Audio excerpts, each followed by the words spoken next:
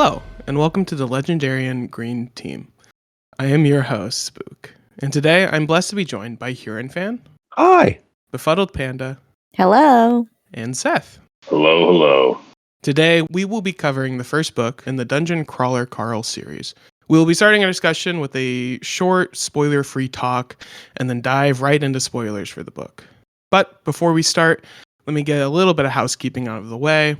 Just due to the level of mature content that is in this book and this series, we just want to advise that we may stray into more mature content than we typically talk on or talk about in this series.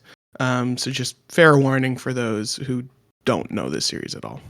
Are you sure it's mature content or just immature content? Mature level of content, I would say. It's For both. a series that's as crass and rated R as this is. But yeah, I guess the first thing we can start off with is just asking everyone's experience with kind of lit RPG or progression fantasy as a whole. Hey, So, Spook. yeah. What is lit RPG? You don't know? Well, let me tell you.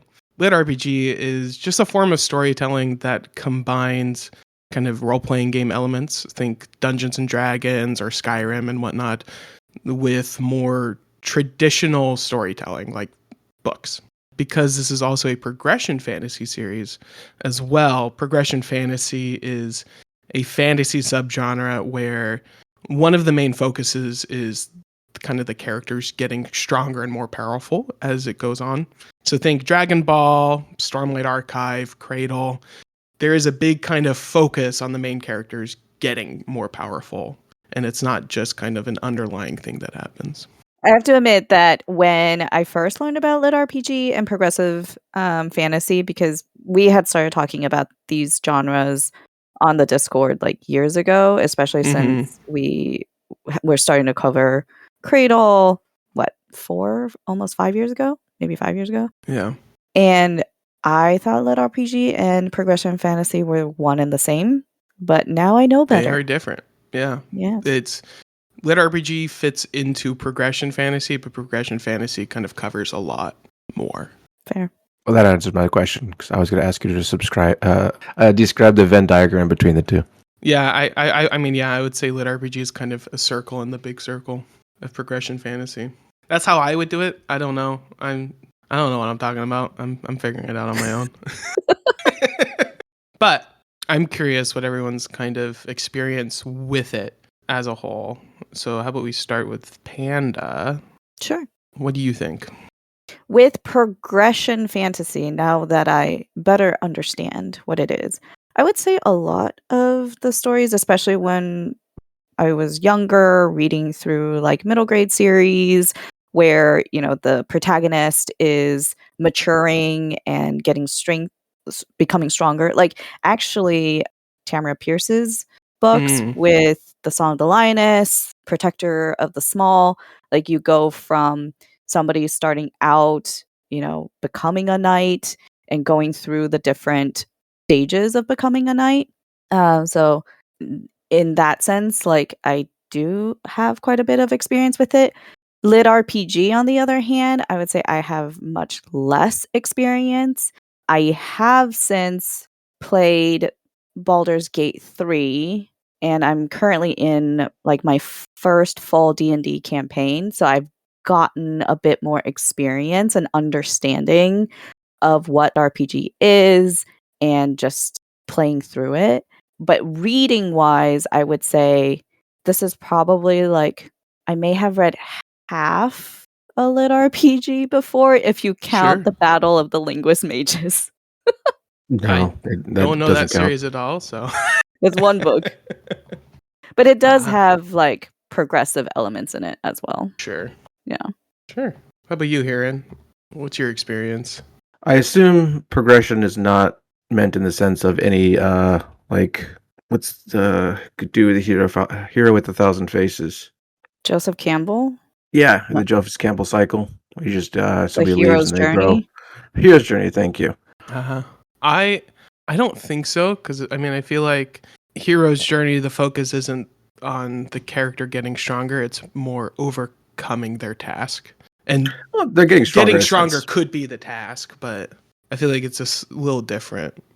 I've read Cradle and Progressive Fantasy, and I've read Sufficient the Advanced Magic. I definitely prefer the latter, the former over the latter. As far as lit RPG, this is my second time through Dungeon Crawl Carl. And then I read book 1 of the Chronicles of Ethan and Endless Fantasy Online, which I'm sure most people haven't even heard of. It was like a Reddit gift for doing bingo or something. Was it any good? No. It was really, really bad. And Seth, what is your kind of experience?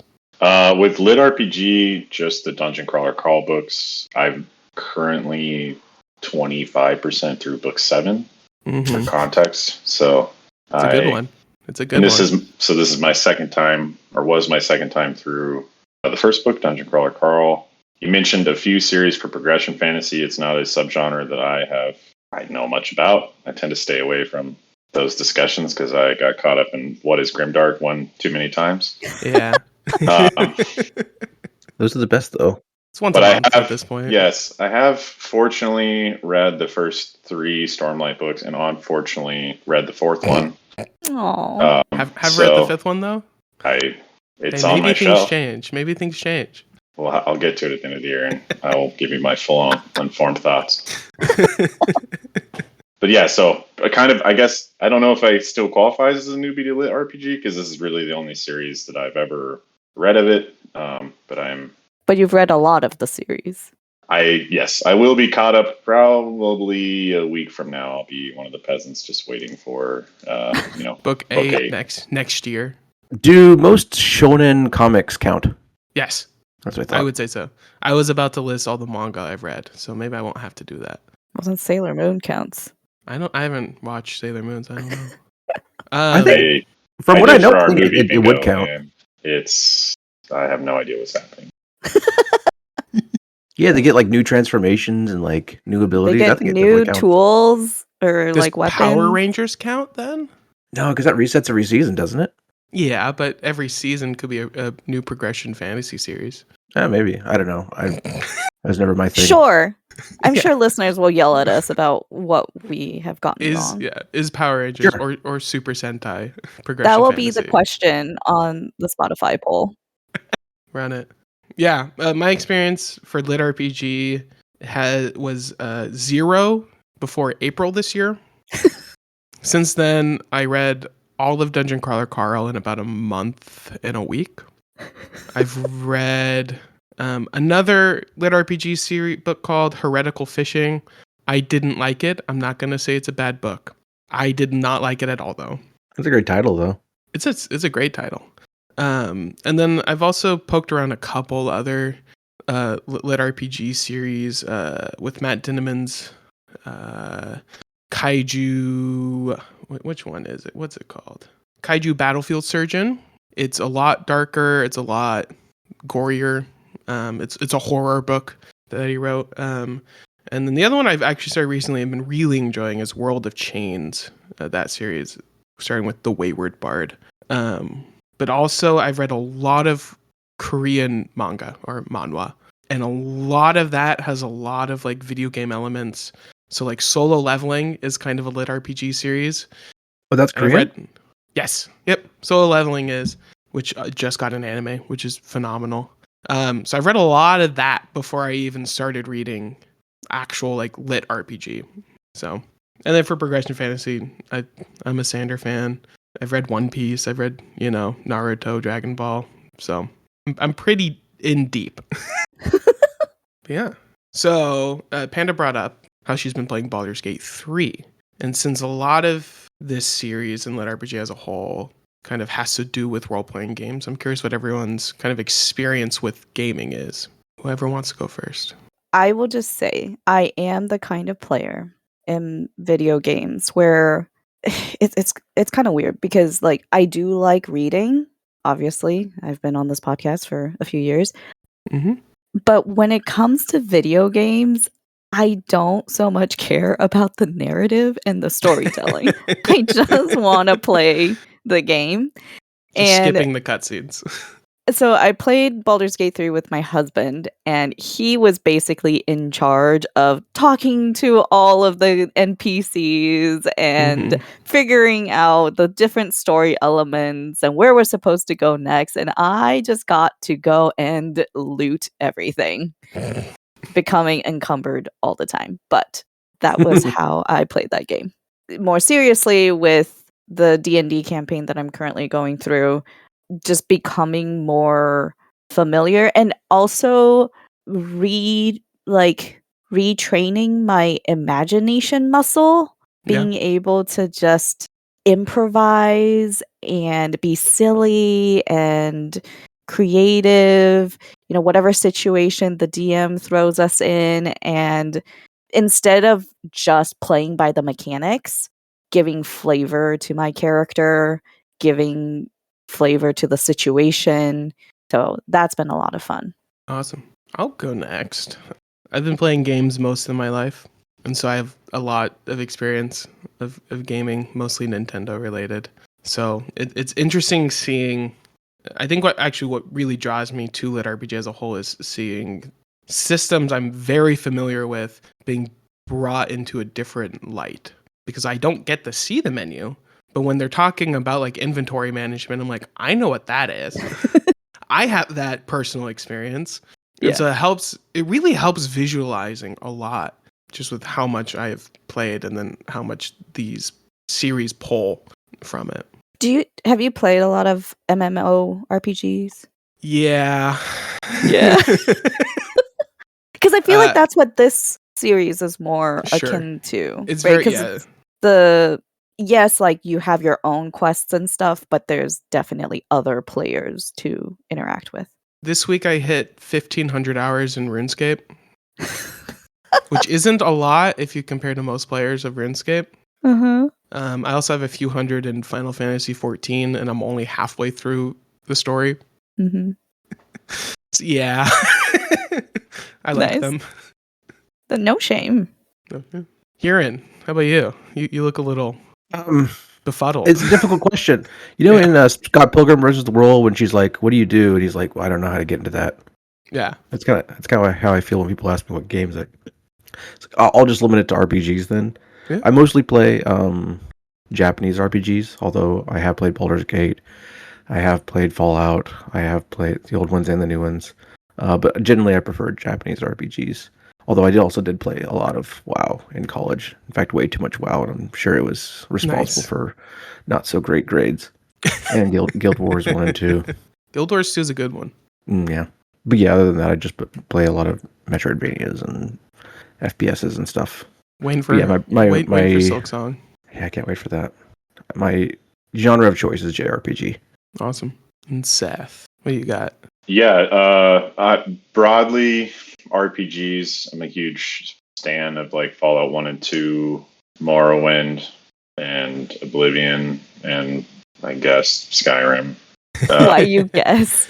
You have to say it for D's sake, Yeah, it's just not as good as Morrowind. Shout out to D.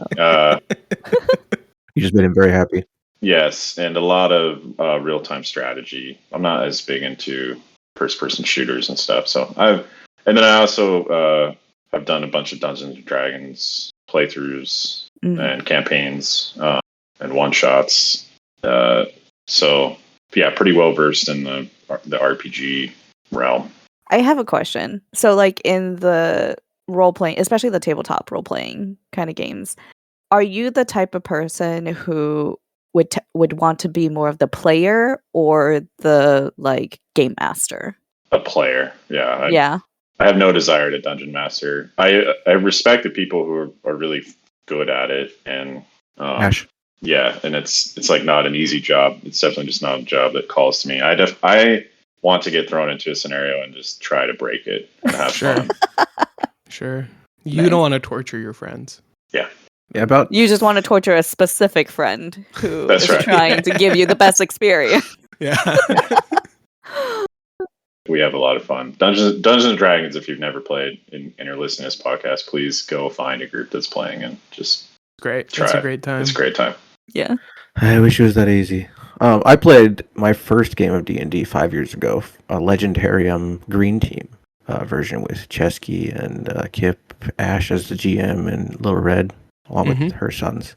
And I loved it, but it's been very difficult finding people to play otherwise. Yeah, you may be more stuck with more online groups then, right? Mm-hmm. Yeah. I mean, I haven't even finished my first full campaign, but I am attracted to like the role of the person creating the scenarios and like guiding people through the situations. You would be. So who knows? Maybe one day. It's a job. Yeah. I have written a single one shot and ran it. Yeah.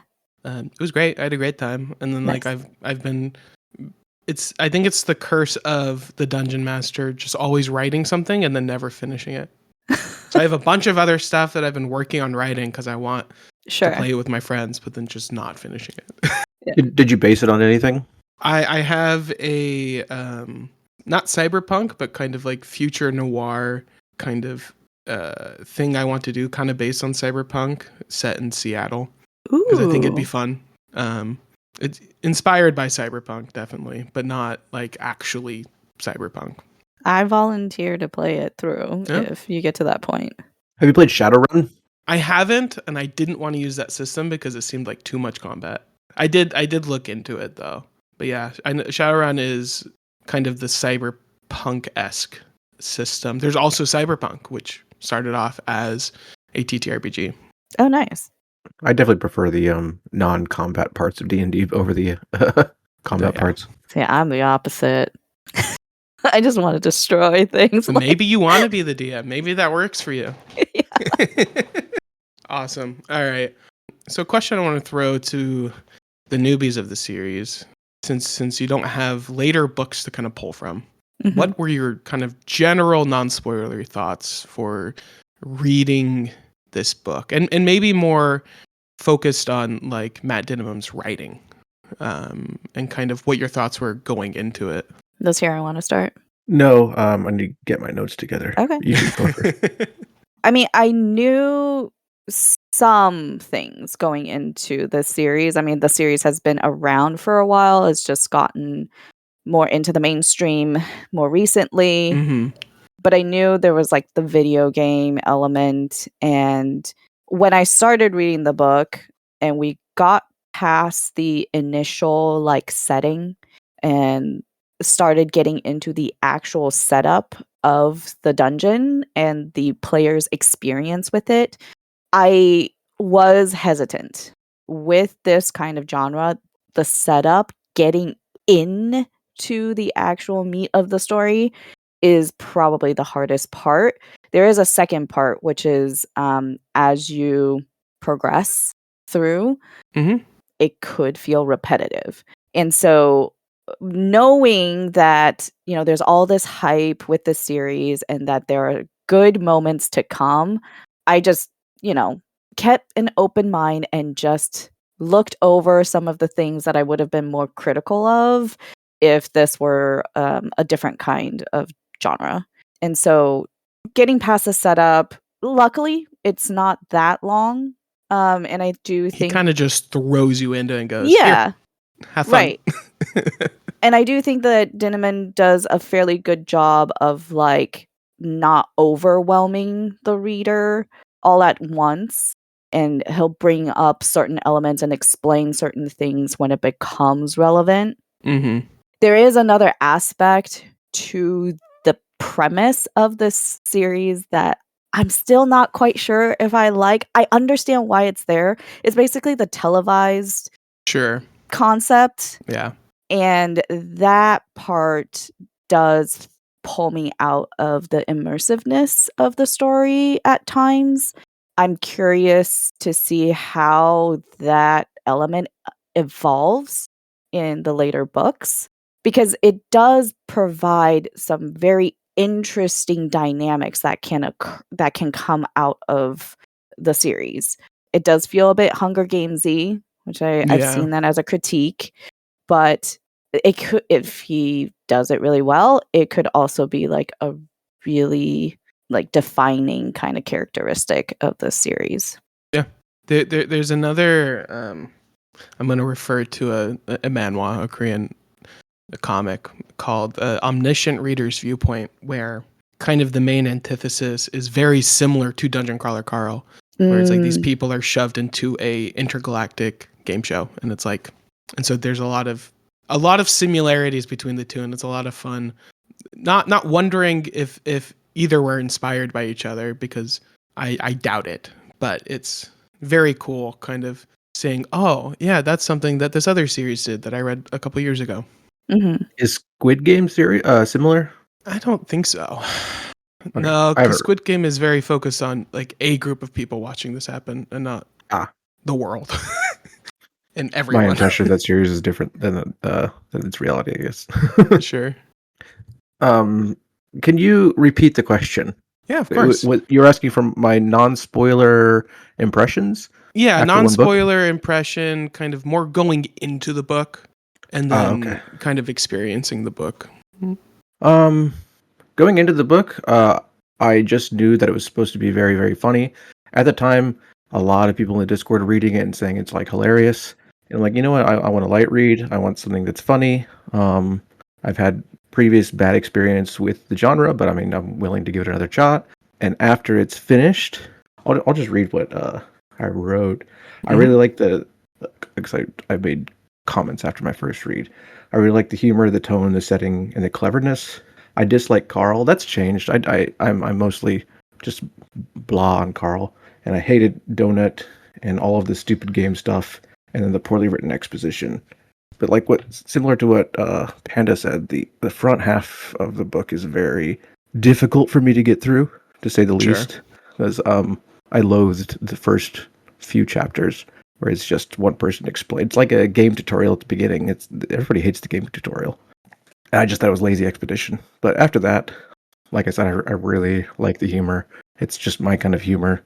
I think the style is functional, but it's functional in a very clever way, if that makes sense. They have some fantastic descriptions, and it's always, I wouldn't say biting commentary, but it's always usually relevant. Yeah, that's what I think. For me, I guess I'll lead with this. When I first read the book, I was in a car driving for about 8 hours.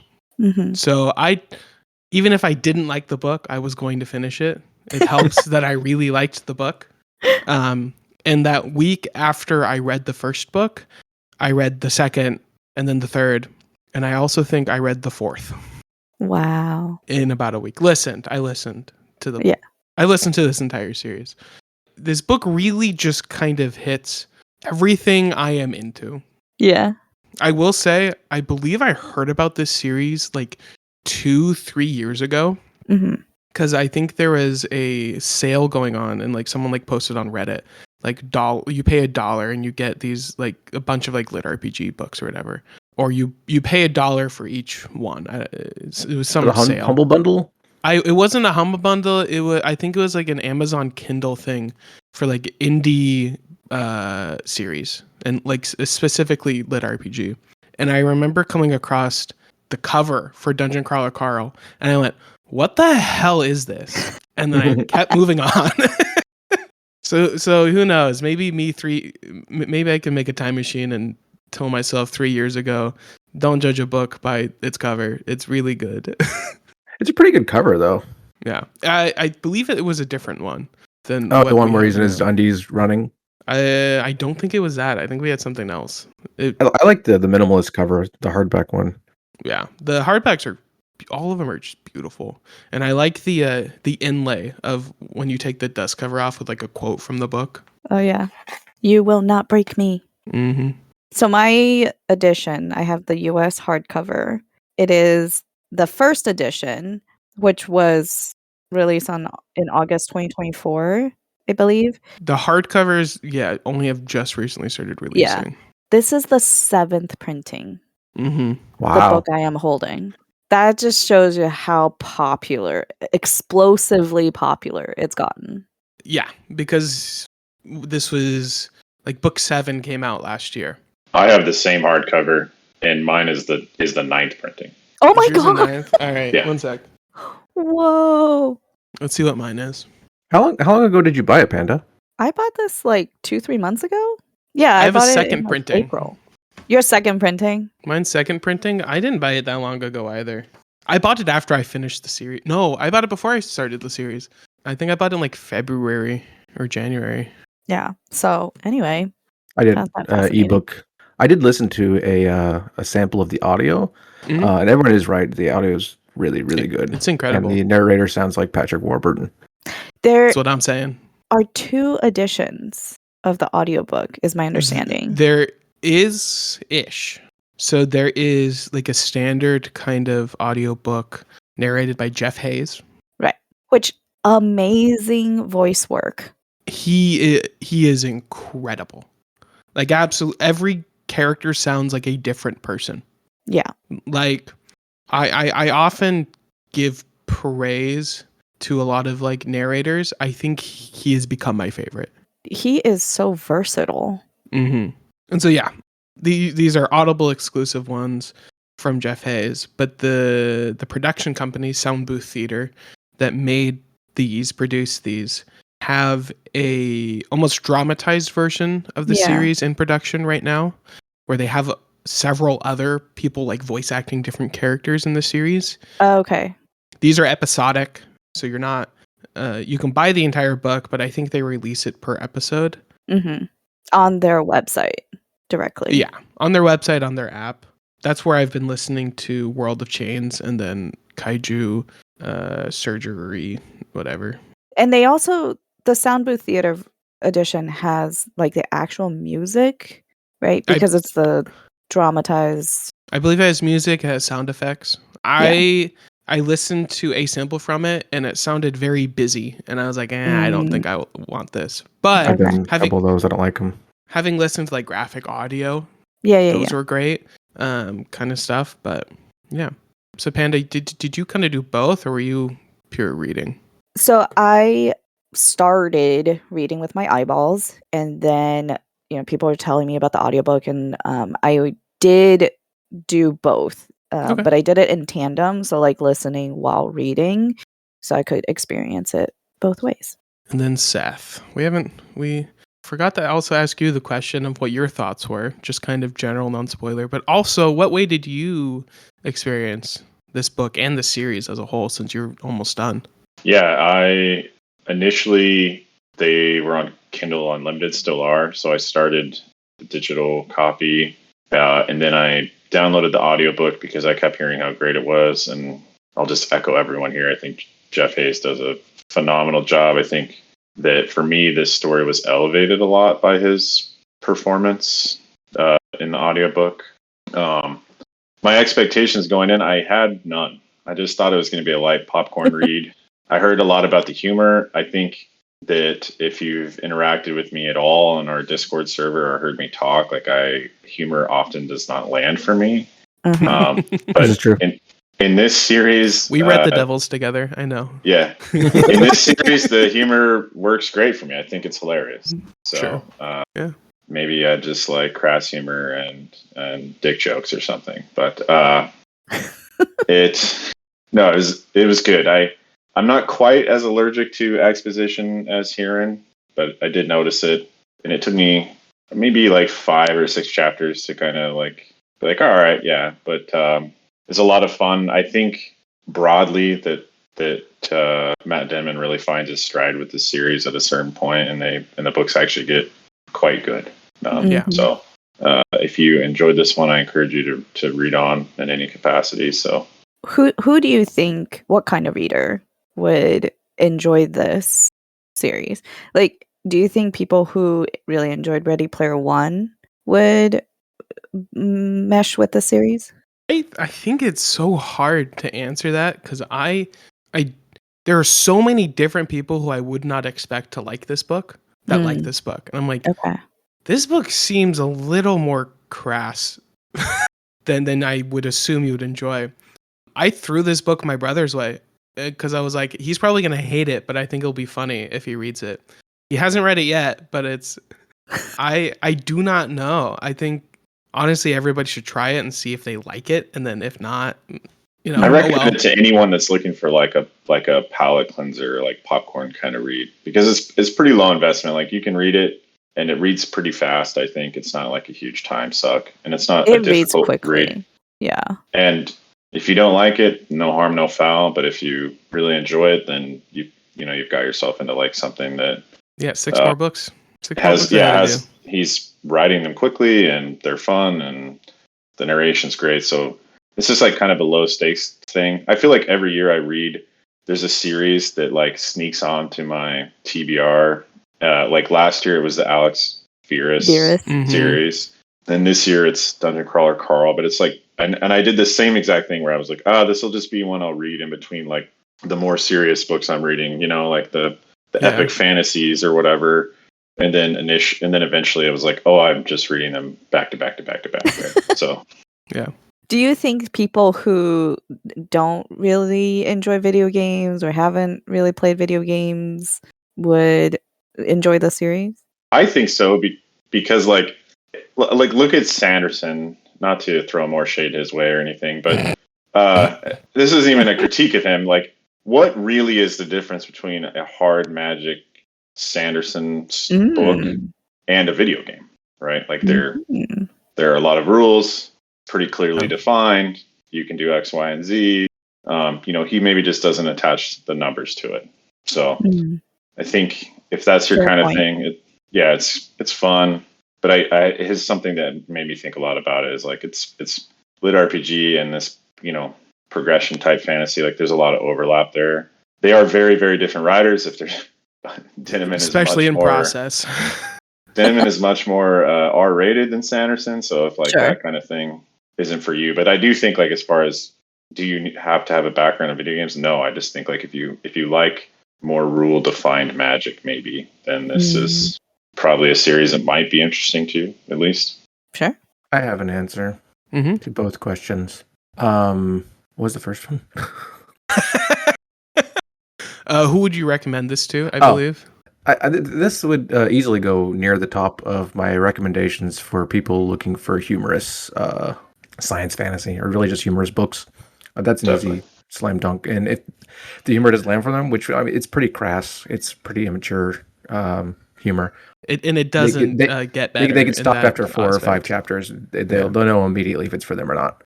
As far as do you need to know video games? No, but it helps. I think if you know video games and you understand the history and the stuff that they're pulling from, then you'll probably enjoy some of the jokes more. Like you said, you'll get more out of it. But is it necessary? I don't think so at all. I think it helps with like navigating the setup if you do have some video game experience, especially with the ones where you do have a HUD and then you have inventory management, things like that. But yeah. Overall, I think part of the reason why it's so popular is because of its broad appeal. And I do think the humor and the ease of reading it, like it's not that dense in the content, in the writing, makes it popular. Yeah, it's dense in a few places, but we talked about that. Well, do we want to hop into spoilers? Before we do that, I want to shout out Soul on the Discord, because he's the one basically got everybody else to notice that somebody else wants to read this. Soul has been kind of the arbiter of lit RPG and progression fantasy in the Discord for so long. Yes. And I hope he is thrilled by the change that he has enacted just in the past year, because Yeti started doing Cradle. And then everyone else started doing Cradle, and then we all passed Yeti, and we'll link the Cradle, at least the first episode. They're good episodes. They're good episodes. Awesome. Okay. So for those who are not looking to get spoiled by the book, you may want to turn away now, because I am going to start reading the summary. Okay. What do you get when you cross a single 27-year-old man in his boxers, an intergalactic death apocalypse game show, and his talking laser bolt shooting cat? You get my average Friday night. But you also get Dungeon Crawler Carl. Carl, freezing cold in his boxers, leather jacket, and 2 small pink Crocs, is standing on the street with his ex's cat, grand champion, breed winner, regional, national winner, Princess Donut, the Queen Anne Chonk, as he watches the entire world collapse around him. Like, literally. He's told the Earth has been claimed for its mineral rights, and the only way for him to reclaim his world is to enter the World Dungeon. After a brief run-in with a goblin murder dozer, Carl enters the Tutorial Guild, where he learns that he isn't just fighting his way through a dungeon. He and the remaining crawlers who entered the dungeon are now being watched by the entire galaxy as part of an intergalactic game show called Dungeon Crawler World Earth. Princess Donut gains sapience, and Carl and Donut start progressing through the first floor. They kill a few bosses, commit a little bit of goblin infanticide, have a run-in with ice agents, and eventually meet the first group of friendly crawlers, the Meadowlark crew. Primarily made up of Amani, Brandon, Chris, Yolanda, and a bunch of elderly people. Also, Agatha. Together, they kill the Ball of Swine, the first burrow boss that Carl and Donut have ever confronted, and proceed down to the second floor. But in between the floors, Carl and Donut are brought on to an intergalactic talk show hosted by Odette, the mantis-faced, crab-bodied, and large-breasted woman, who was also a former crawler who made it down to the 12th floor and nearly the 13th before exiting. After the interview, Carl and Donut enter floor 2. The population of crawlers has been brought down by 11.2 million since the start of the crawl. Carl and Donut get a PR agent named Zev, a Kuateen who loves Gossip Girl. And then they begin to assist Team Meadowlark trying to get down to the 3rd floor, when an incident involving an old man, his weird, ugly penis, and him pissing on the wall summons a level 93 Rage Elemental, leading to the death of Yolanda and another member of the crew. Carl and Donut manage to trick the elemental into a staircase, leading to its immediate death, and then are immediately brought into a talk show hosted by Maestro, an Orcish prince of the Skull Empire. They promptly make an enemy out of him, but they save a few other people in the process. Also, I hope you remember that I mentioned having a run-in with ice agents. Well, as it turns out, as Maestro reveals to them, those 2 agents had a daughter with them. Due to Carl's quick thinking and placing a lit piece of dynamite into a rat corpse led to the death of the child. Now, 3 enemies richer, Carl and Donut take on their last boss before leaving the floor, where Carl must pay the daddy tax and squish an angry hamster with his bare feet. Donut becoming a pet mom to a velociraptor named Mongo. They all descend down to the 3rd floor. Great job. That's quite A lot happens in this book. Yes. Well, where do we want to begin? As we say, at the beginning. Kidding. So, Matt Dinniman is a Seattle area, greater Seattle area, I should say, local. And I don't know, but I'm curious if other people know. Princess Donut's name. Mm-hmm. Queen Anne. You think he's referencing like the actual Queen Anne? Or in Seattle, there is a neighborhood called the Queen neighborhood. Anne. Yeah. Probably a little bit of both. Yeah. I'd imagine it's a nod to the neighborhood, but also because maybe that's where he lived. I don't know. He lived in. He now lives in Gig Harbor, but I think I don't know. Yeah. Now that you say that, I didn't know that. I imagine maybe it's a title she got from winning one of her pageants. It's her part of her name. Princess Donut, the Queen Anne Chonk is her full name. Yeah, but I mean, full names. The rest of it is titles.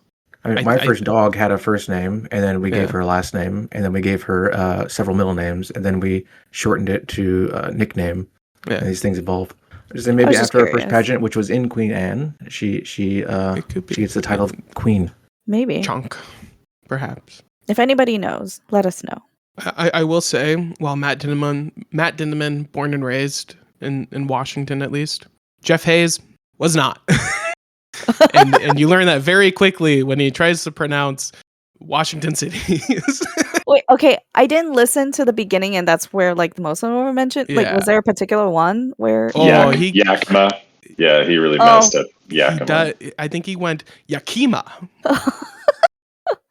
He got a lot of hate for that. And then it gets referenced a little bit later, but he at least said Wenatchee correctly. Yeah. He should dig his heels in Yakima. All right. It's not Japanese. But yeah, it's very funny. It becomes a bit of a bit later on in the series. So okay. It is very funny how it's made it this far. But yeah. So I guess while we're talking about the world, what do you guys think about the world building that's kind of done?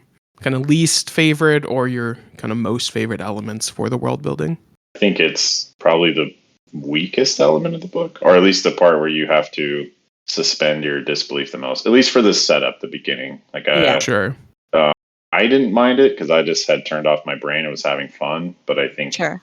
if on the second read through this one, I spent a little bit more time thinking about it and was like, this is bonkers. I think, yeah.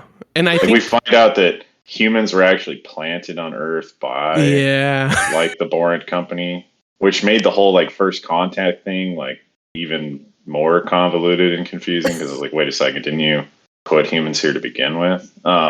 But the actual once they got in the dungeon part, I thought the world building was actually pretty cool. It's just the setup, the getting us there, and in a way, I kind of appreciate that he just ripped the Band-Aid off and was just like, here's how we got here. Don't think too hard about it. It's have fun. But it is, as Hurin said, those first few chapters I think are the weakest, and it is on the world building side. So I think it's probably one of my least favorite elements of the story initially.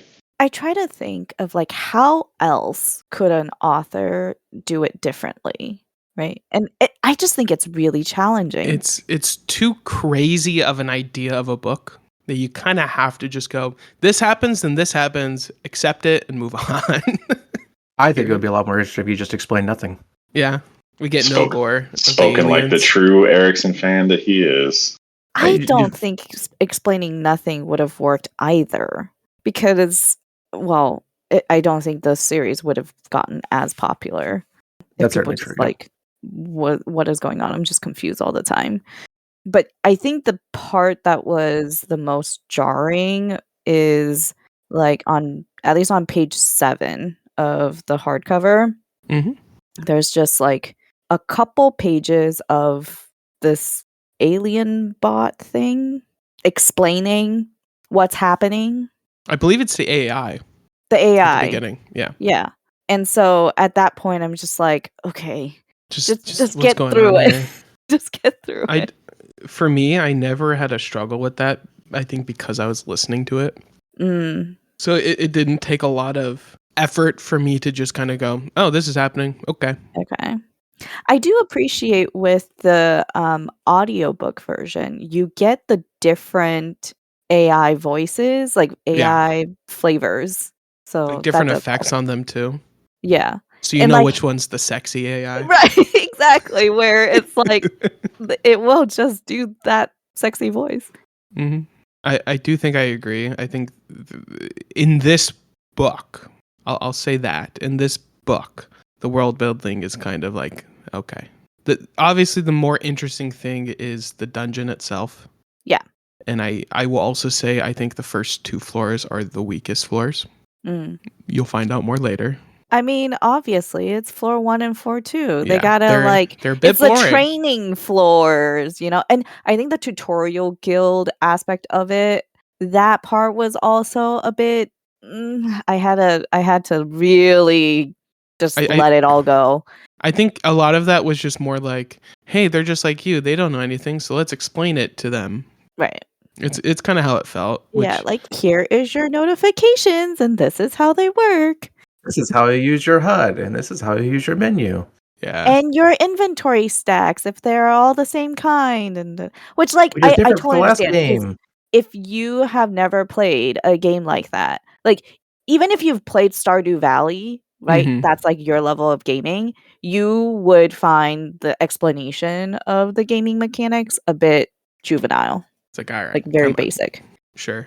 I think it's such a staple in the genre now that it's sure. I kind of move past it. and that's the thing, is like, it's kind of just accepted. Like, if you know what you're getting into, you can just accept it, and it's like, okay, I'm here for the stuff that comes later. Yeah. As far as the world building is concerned, my least favorite aspect is how it's told to the reader. As they've said already, I'm especially sensitive to such things. But other than that, I think it's a really interesting setting. I love how it kind of took elements from Earth's history and culture and just kind of turned it into a big gumbo, like llamas who are meth dealers and that kind of thing. So it's always very imaginative with what it does. And I like that.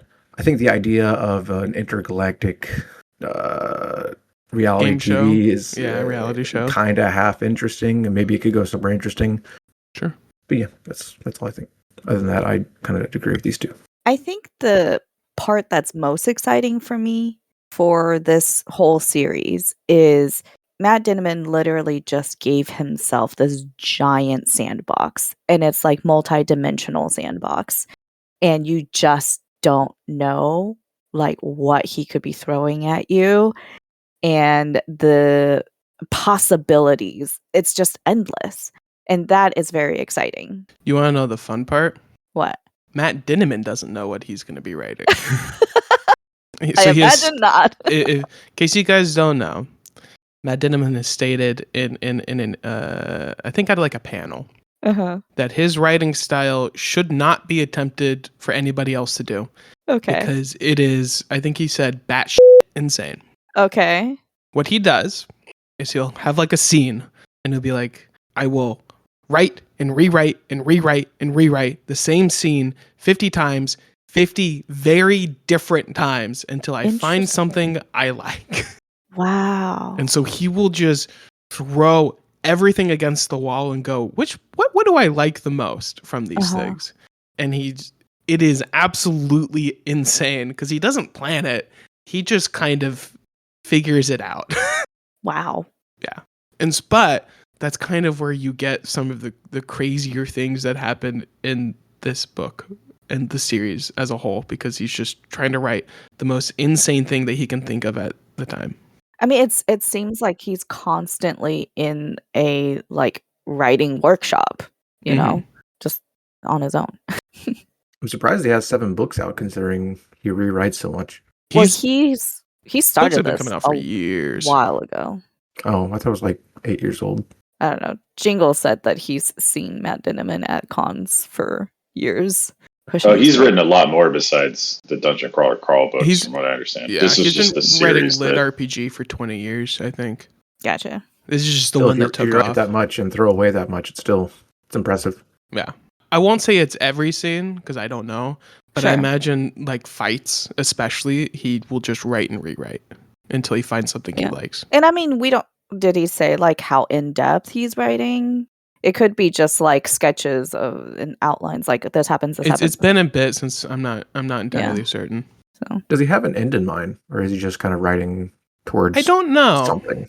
I won't spoil anything. I just, having got to where I'm at, I feel like he does have an end in mind. I think there is a I just potential ending in mind, but at the same time, with how this series progresses, I don't know. I think good writers. I just it says it implies that bad writers don't do this, but I think a lot of good writers will set themselves up without realizing it, if that makes sense. I don't know. I'm just speculating. This is like just very broad thoughts on the whole series, because I'm only, I'm at 25% of the 7. It's just like, it feels like the first 2 or 3 books is him throwing stuff at the wall, and then it's like, oh, okay, this is the direction that it's going to go, and you're like, oh, okay, like there's a overarching like a television series where at the beginning theme or plot point, exactly what's working and what's not, and then they kind of get into their groove. Yeah, it's how it kind of feels. At least to me, at this point, I could be wrong. By the end of book 7, I could be like, I have no idea, but it's just. Is there a planned amount of books? 10. He has 10 books planned. I just looked it up as well. He does have a plan for the end of the series. Whatever that is, no idea. But yeah, so he has 3 more books in mind. In his acknowledgments for the first book, and obviously I think he's wrote this acknowledgement, after the series has blown up, he does say that, he is always fascinated by stories of those who survive against all odds. I think in order to truly enjoy Dungeon Crawler Carl, no matter how dark it gets, and believe me, it's going to get dark, you need to be the type of person who is able to cling onto hope, no matter how small that spark is. You will not break me is more than just a mantra. It's the theme of this whole series. And by dedicating this book to Fiona, the hippopotamus, I'm really dedicating it to everything she represents. Perseverance, grit, hope. And so I think for at least that's what's interesting to me about this series, and why I am committed to reading the rest of it, because he's already told me the things that he wants people to get out of this book, what he wants to write about. And those are things that I'm like, okay, I'm on board with. And I think we see a couple hints of it here and there in the first book of that kind of underlying hope. I think especially the Metal, yes, was it Meadowlark? Meadowlark. Crew? I really like that kind of group of people. I think they're among my favorite side characters in the series. Can I expand on that? I'd love to hear, Panda, your opinion in particular, because it's the very first read. But like, did you have any kind of impression about the side characters? Because my first time through, I was like, wait, who is this again? Like, why do I care? I also agree. Yeah. They felt really one note to me, and it was just really hard for me to remember. Oh. Now, like, that could just be because I have the brain of a squirrel. No. Well, it's true. I'm a little bit all over the place. So, The doctor put a squirrel in his head. Yeah. That's exactly right. The was wheel curious. was already there. Did you resonate with him? Did you even care? Because I remember not feeling much. So I found the Meadowlark Crew aspect of it surprising, and I think that was like one of the first instances where I started to realize, like, when people talk about depth of this series, I was like, oh, I think I'm starting to see where that depth can come from. Because what I appreciate about Dinniman is that he does provide different angles. And so you see, you experience the dungeon from a perspective of a now single late 20s man, and what his experience, and he's pretty fit, and he's pretty, like, his chances of survival is much higher than somebody who is using a walker and who has lived like 80-90 years of their lives already. And just bringing that level of reality, like, yes, this is all fun and games, this is all fiction, it's not real, but there are real world parallels that you could read into it if you want to go there. And so when you're in this like situation that is indiscriminate of whomever you are, like, doesn't care who you are, it's going to impact you. And then you think about, oh, what about the children? What about the elderly? Right? What about the disabled? Like, all these things, that brings that layer of reality that you can either explore it and think about it or look away. Yeah. So for me, I did find the Meadowlark part like not so much one note, and it was actually a bit touching. I would like to add on to that and say, on the second read, I appreciated the Meadowlark section a lot for what it did for Carl's character to me.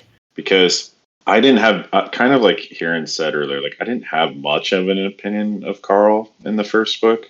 But when I kind of thought about it on this read, I was like, man, you've been put in these like extraordinary situation. It's very self-serving, right? Like the game wants you to be self-serving, right? It's pushing you to not necessarily work together or to backstab each other, or right, like, there's lots of ways it could play out. And Carl runs into a group of elderly, infirm people, and his immediate and first reaction is to help them, and he goes to great lengths to help them.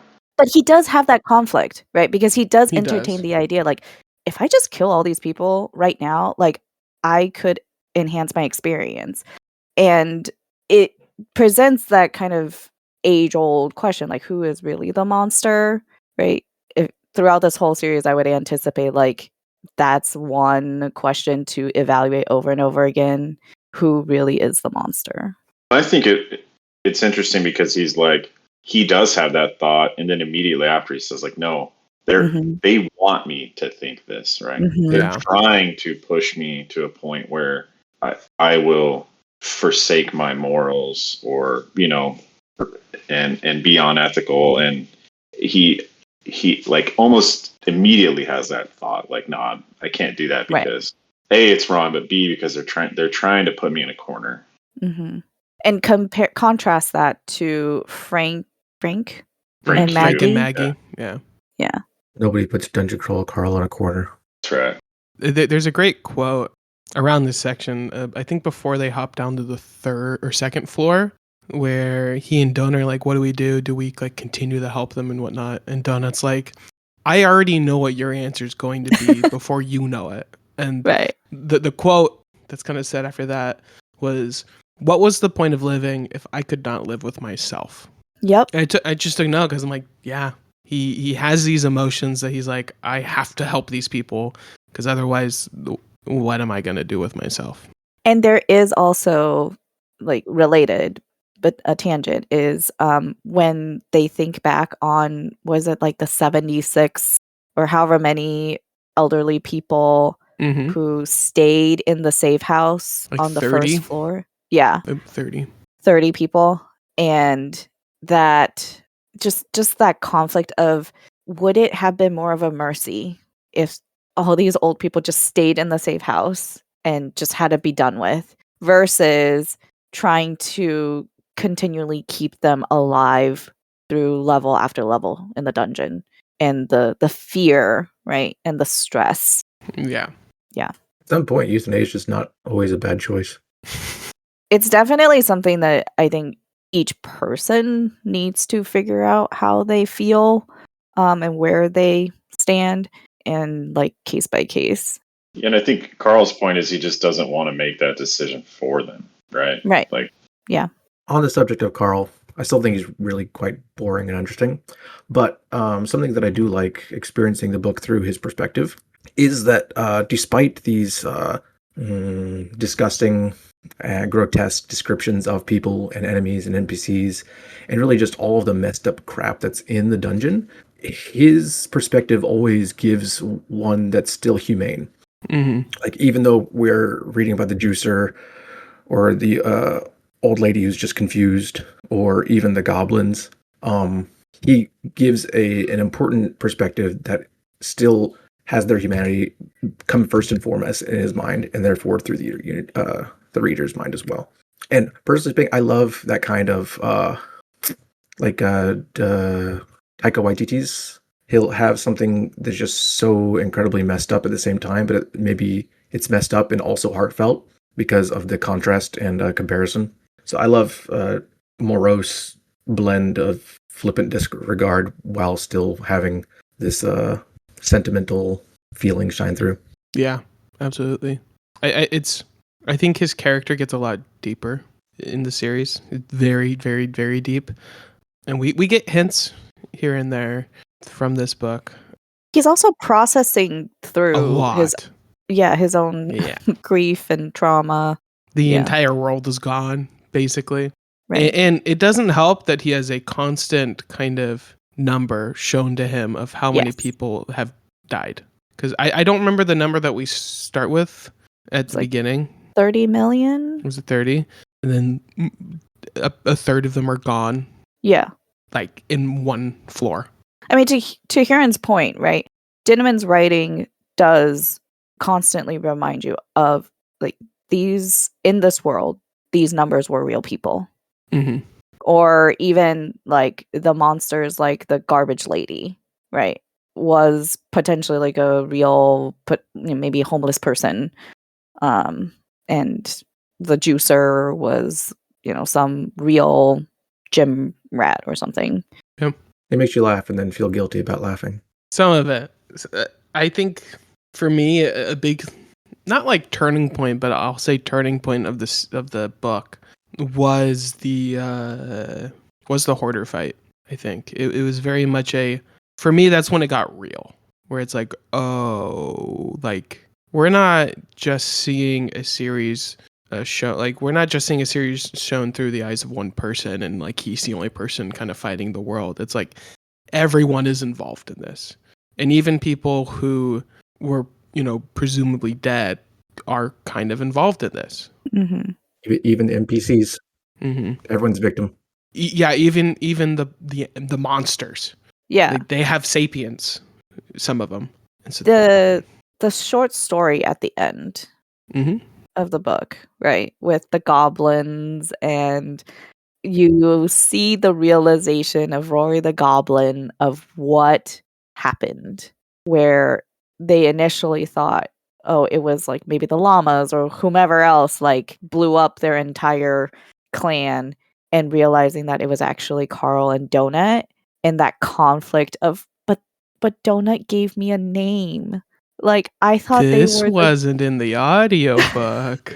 Oh wait, really? No. It's exclusive to the hardcover. Oh my god. Oh, I'm sorry. No, you're fine. This is incredible. Okay. No, go ahead. I had Keep no going. idea what Keep she was going. talking about either.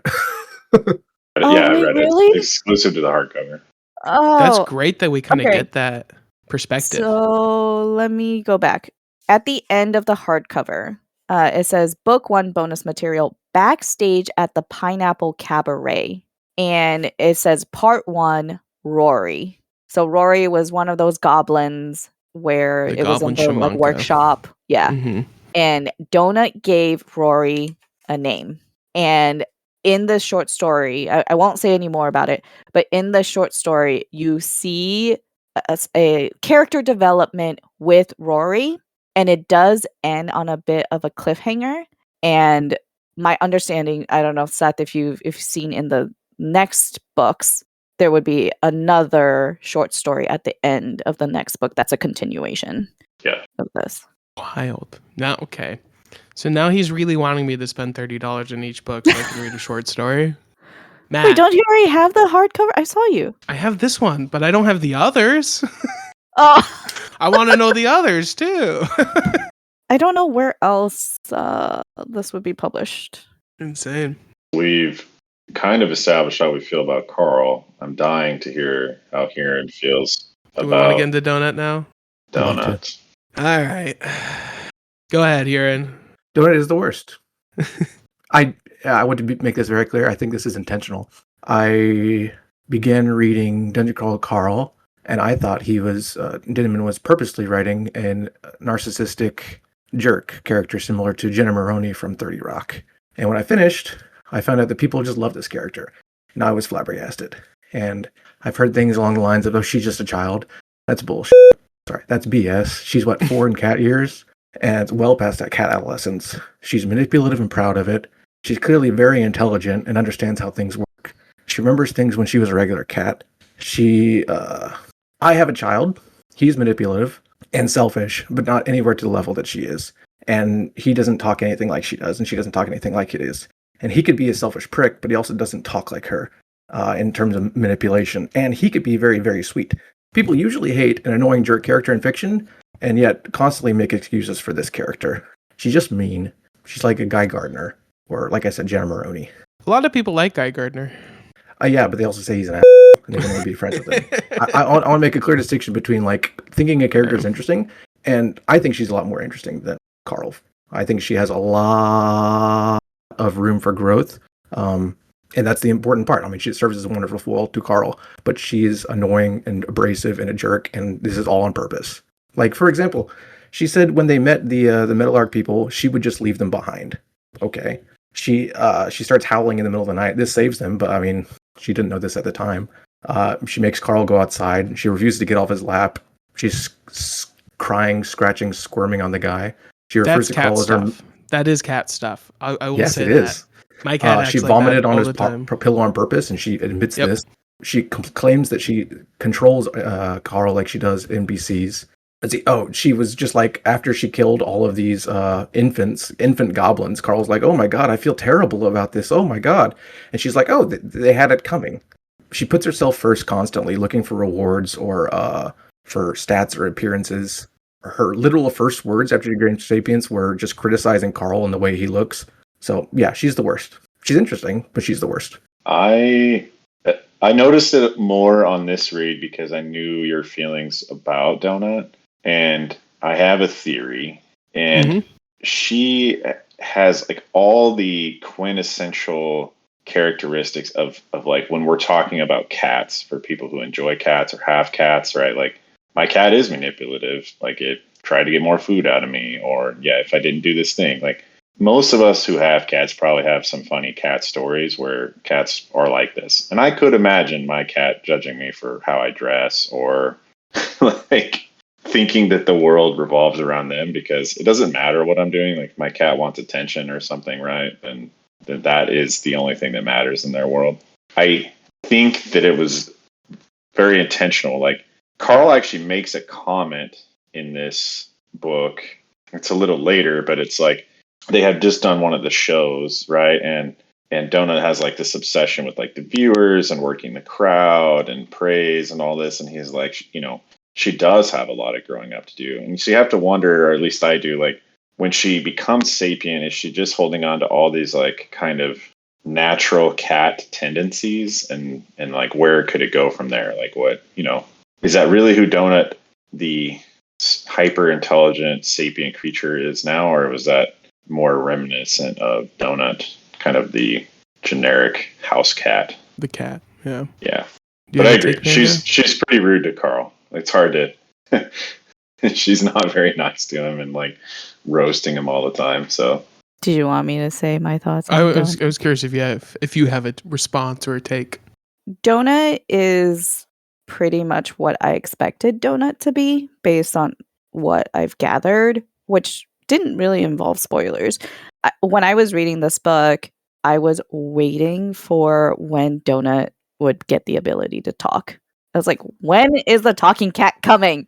Sure. And Yeah. once we got the talking cat, once Donut was able to speak, I found her character much more interesting.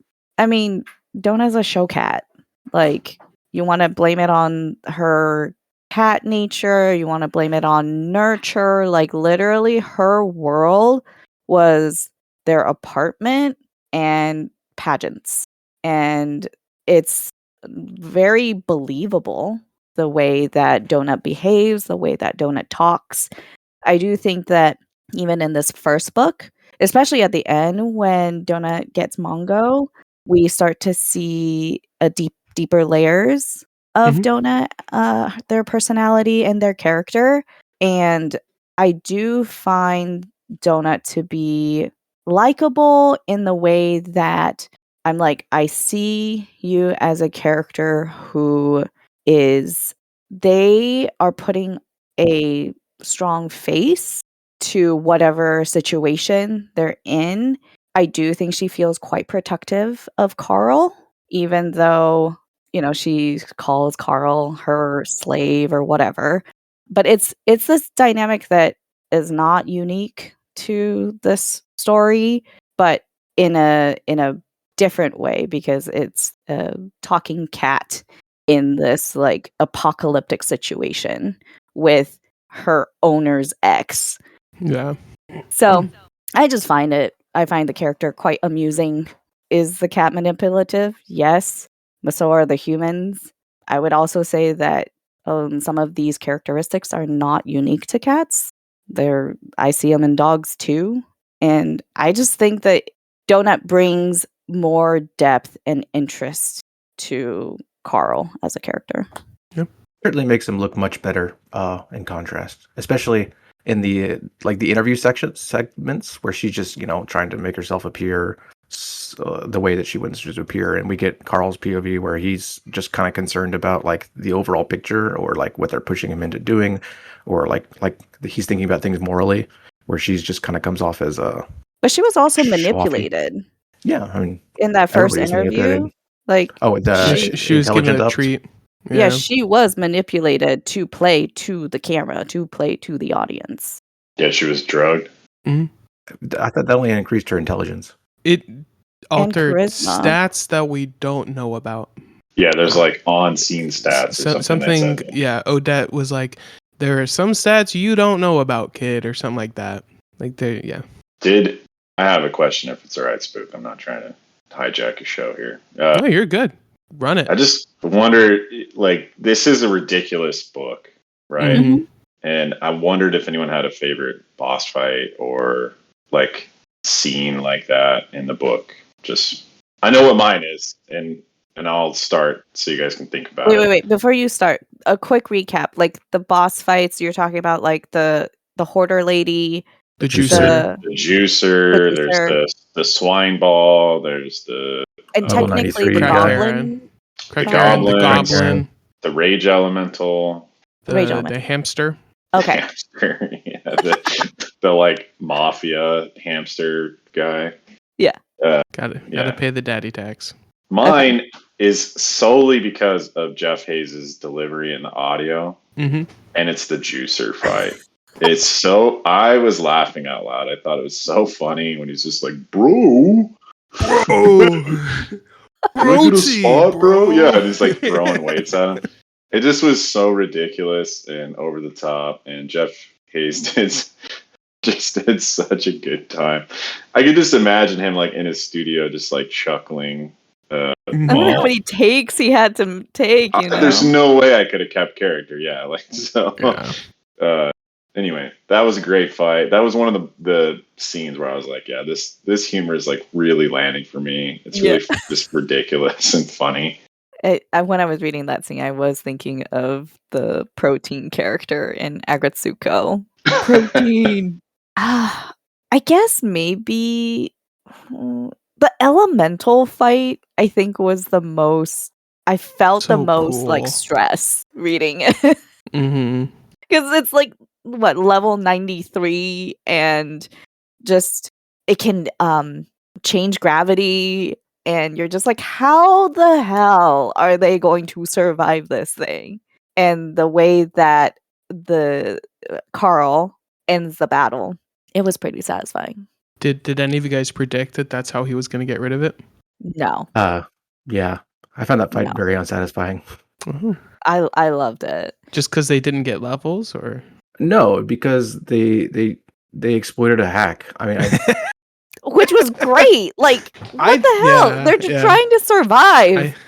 I put it in my notes. I do enjoy sometimes. Sometimes it's a little too real life, but the part where they will say like, "Oh, and we fixed these bugs." Da da da da da. Mhm. It's like It's like, I kind of "Ah." like it, but I also like this is too real life.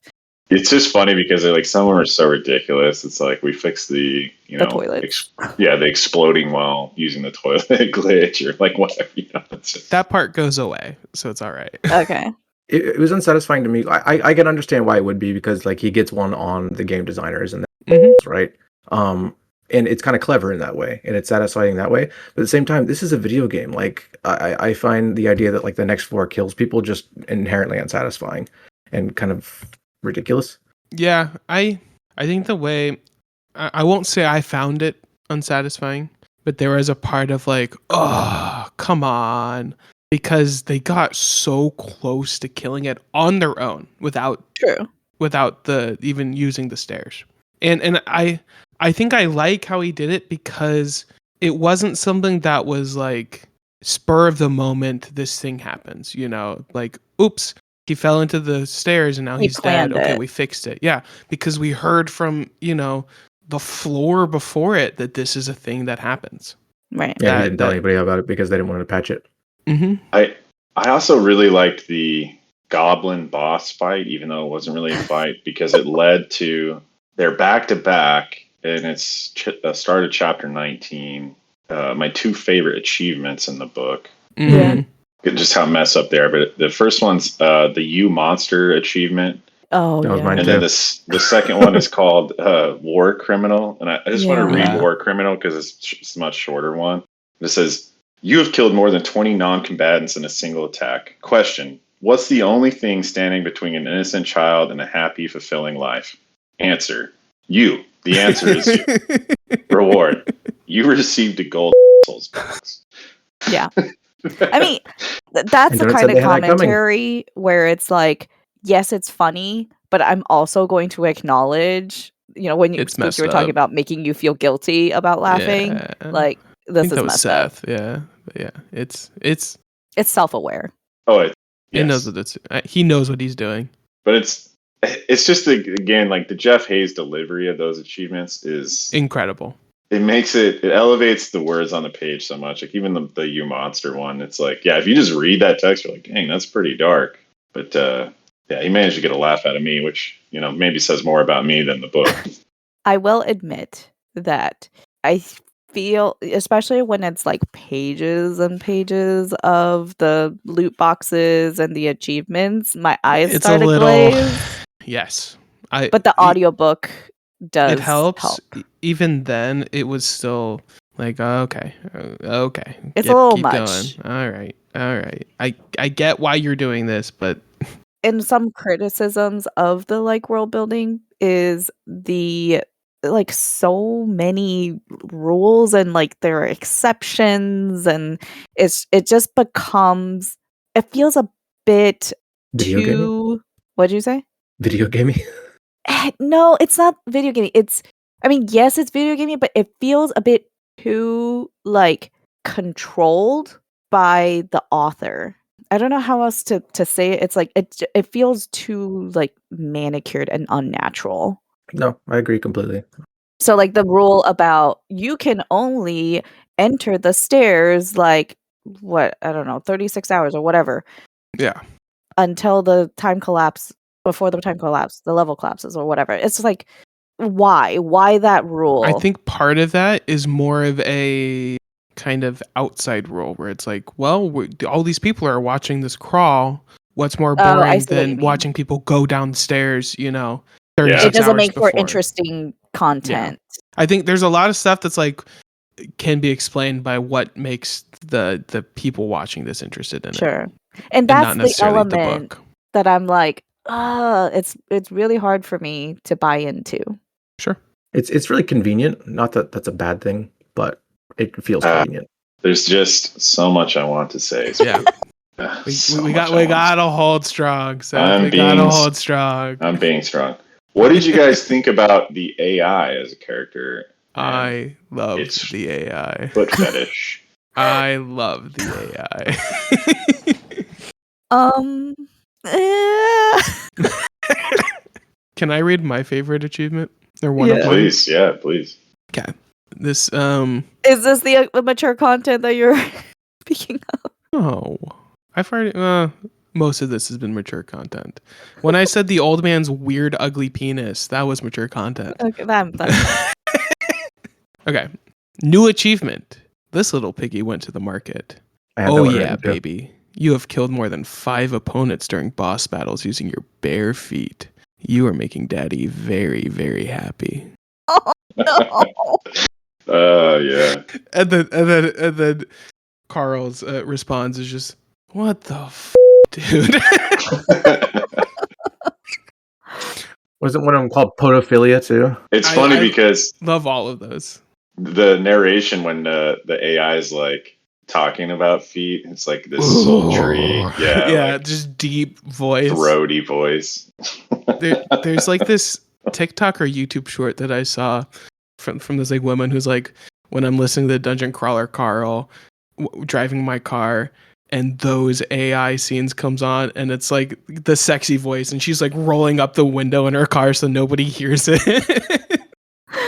I was at Taco Bell and I just rolled down the window to like hand them my card the other day and this is book 7, like when he was reading off like some just very disturbing achievement scene and I was like, oh my god, these people are going to think that I have like You're just crazy. an awful problem. Yeah.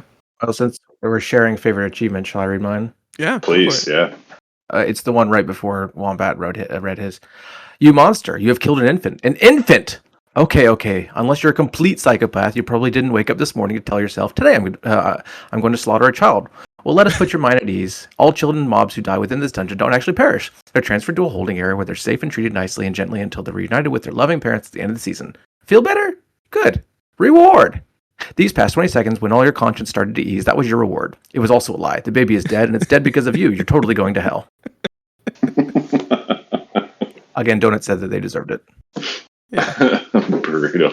I think she said that to try to ease his guilt. She needed him to remain sane. What? Donut said, looking at what appeared to be genuine curiosity. It's not like they didn't have it coming. Going back to like favorite bosses. Yeah. I mentioned the Hoarder being one that really helped me go, oh, okay, this is real. This is happening. And even on like the reread, I was still hit it still hit like the emotional marks that it was supposed to. We're just with this boss just pleading for help, and as he just has to like strangle her. Right. I don't know if that was my favorite boss, but I think that's the most impactful one of this book. Can we go back a second? Because I'm just appreciating the goblin boss fight more. Because for them to set up the ability to go in there and throw a bomb into this room and kill the Goblin King and a bunch of goblin children, unbeknownst to them, they started a turf drug war with I was going to get the goblins and the llamas, which I thought was absolutely hilarious. Like they had bartered. Carl was trying to get some, I don't remember what it was exactly, some explosives or like his little chopper or whatever. Yeah, I think they wanted the motorcycle. Yeah, and he like gave them a baggie of meth that they looted off a dead camel and started started like an entire drug war. See, this is the thing where it's like, you know, if you've played TTRPG or things like that, that you're like, they rolled a high number, like a 19 or an 18 or maybe a 20. Like they would have had to roll a really high number to get it to Donut's work. a walking natural 20 when it comes to charisma checks, to be honest. I did like that he like illustrated that her charisma was so high that it had an outsized effect on people, which I appreciate. I think that whole goblin section, I think I said it in our group chat, that it's my favorite part of the book. And like even on the reread, I'm like, I think this is still my favorite part because there's a lot going on, but it's all just insane because we have the turf war starting. We see the slow buildup of him like building the bomb, and you're kind of looking at it and you're like, what is he doing? And then you kind of figure it out and you're like, oh, okay, this is cool. I'm in. This is fun. Why not? Yeah. And then like they kill the boss and you're like, hell yeah, that's awesome. And then it's like, you killed so many babies. And it's like, oh.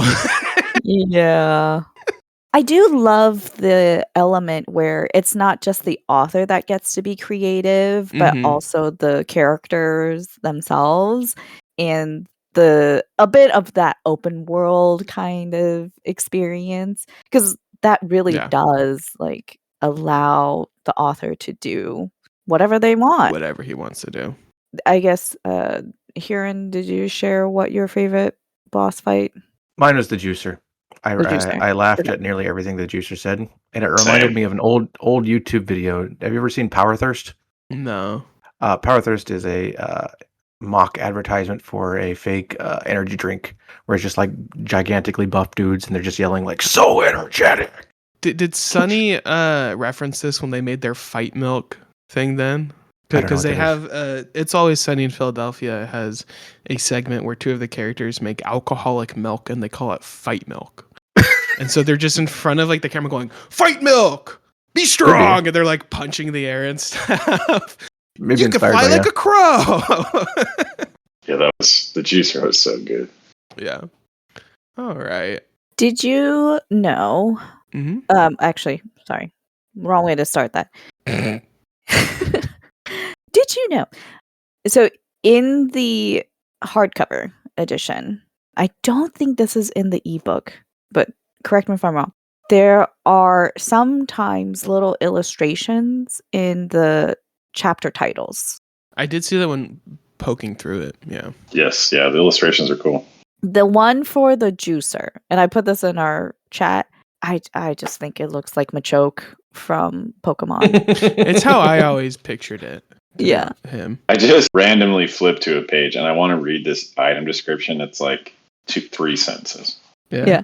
Pressed down the little handle and a moment later it popped up. A burned triangle of toast jumped out, landing on the counter. I picked it up and smelled it. I examined its properties.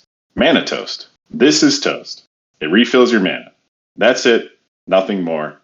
You. Also, part 2 has a drawing of his foot. Yeah. Lovely. Yeah, that's one of my favorite item descriptions. The descriptions in this book are just really funny and insane. It's very sassy. Yeah. Yes. There's something in every book that has made me laugh out loud, which I think is probably the only series I could say that about. That's high praise from you. I mean, It's very. I think I just have very distinct humor Yeah. taste. But yes. So I'm gonna assume we all agree the humor kind of lands in this book. For the most part. I mean, there are some bits I'm just like, whatever. I'll roll my eye. What parts? I mean, the part where, even though it did lead to the boss fight that I said I liked the most, the Mhm. part where the old man just stands up and starts peeing against the wall. Sure. I was like, come on. I think that was more of a Chekhov's gun thing where it's like, this is gonna happen. We know Sure. this is gonna happen. Yeah. And then like they mentioned it, like Jack won't stop doing this. So I guess we better really get him to stop. Yeah. I actually think that illustrates a really important thing about Carl too, Mhm. is just how fast he can think on his feet Mm. and like how much of a problem solver he is. Yeah. Carl is like not a guy to sit around and sit in his feelings. He's very much like, oh, okay, that's happening, and I need to do this, this, and Time to this. go. And just how integral that is to his character. Mm. I am curious how the humor will continue in the rest of the series, especially with this foot fetish thing, Yeah. which he didn't intend. The author did not intend for it to become a thing. He did it as a one-off joke, and it just got out of hand, and then he can't really stop. Nope. I never stopped laughing at the foot fetish jokes. They're always funny. They're still good later in the series. They're great. They don't stop being funny. Do you guys think you could survive either of the floors Nope. in this book? I'm Not dead. a chance. No, yeah, I I probably think I died in 5 can. minutes. I think I could Assuming do I it. was outside, which I probably wasn't. Yeah, Yeah. that's the other thing. I think you have to like assume that it's like you are somehow outside at 2 a.m. for at least the people in Pacific. I definitely enjoy that aspect of the setup where Mhm. it was pretty realistic. Like 2 a.m. winter time in Seattle, like No one's gonna be out there. Yeah, like you're not gonna be outside. And the fact that he was like, oh yeah, the majority of people who would still be alive would be near the equator. And, when it was daylight, like that part totally made sense. Before going into user submitted questions, mainly because I want to ask a question about Agatha. I'm curious what you guys, Panda and Hurin, have for theories related to Agatha, because she's an interesting character that we haven't talked about yet, and just kind of where you think the series is going to go. Agatha is a secret agent Or just in general? for that other company that is not Borant. Valtech? Yeah, whatever. Okay. You'll get all those names down eventually. I definitely did not remember them. Any kind of theories that you have for what's to come?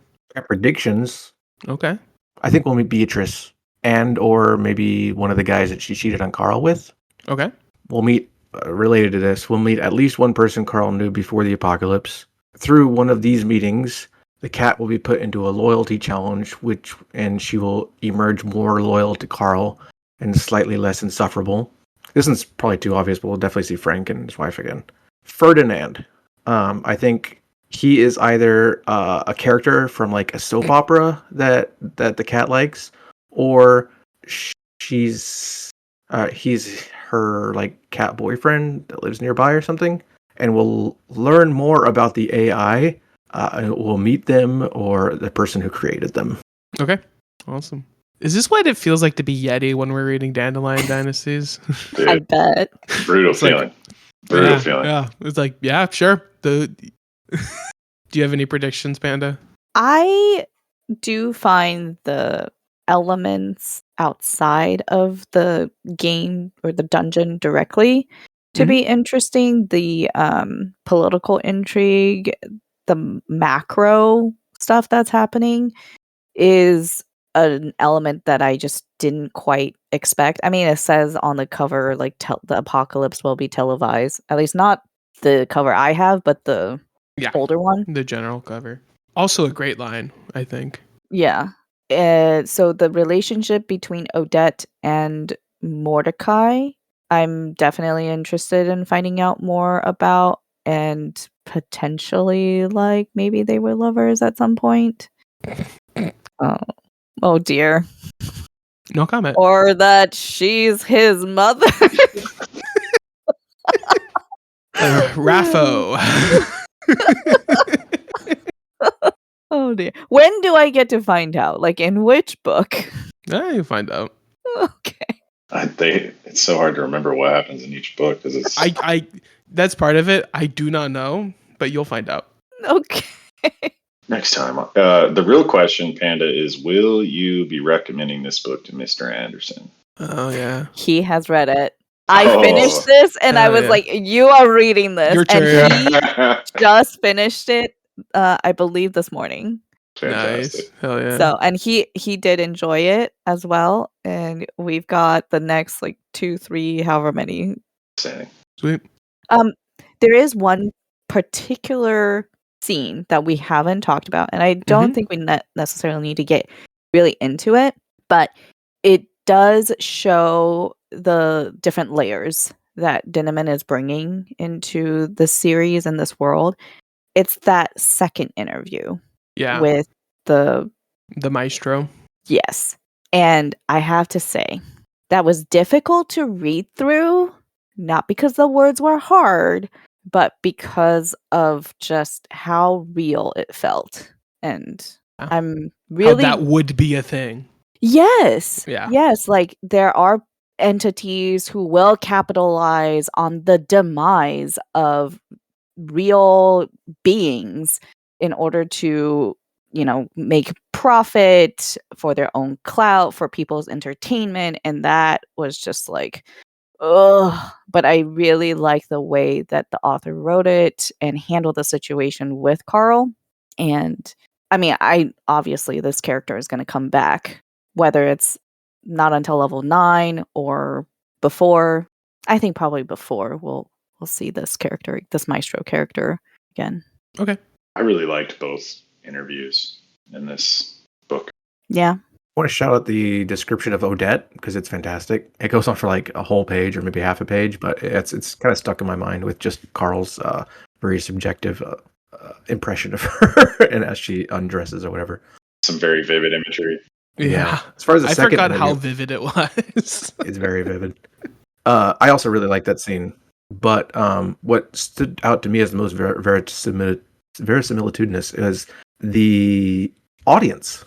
They I could imagine these teenagers, these internet trolls, who just feed on the kind of crap that they're putting out on these programs that just want to destroy people, and they're just feeding on this negative energy. So that's what really stood out to me most. Yep. Sweet. All right. User submitted questions. Yeah. Kind of gone over this a little bit, but it's a little bit differently phrased. But from Sun Gamer, what was your favorite enemy and or favorite fight in this book, if they're different, or encounter? I do really like the goblins, mostly because we got more depth, and highly do recommend the short story if you can get a hold of it. That really helps provide that next level of, okay, yes, they're the enemies, but they're also going through their own stuff. I think that's kind of part of why I like Zev so much. Yeah. Because she kind of not pierced the veil, but kind of almost crashed out on Carl, because Carl is just getting very angry at her, and she's like, you don't understand what we're going through. You don't get it. And then she was like, no, you don't get it. We are all having to go through this. Like, you may be down in here, but my entire life is trying to be overtaken by this group.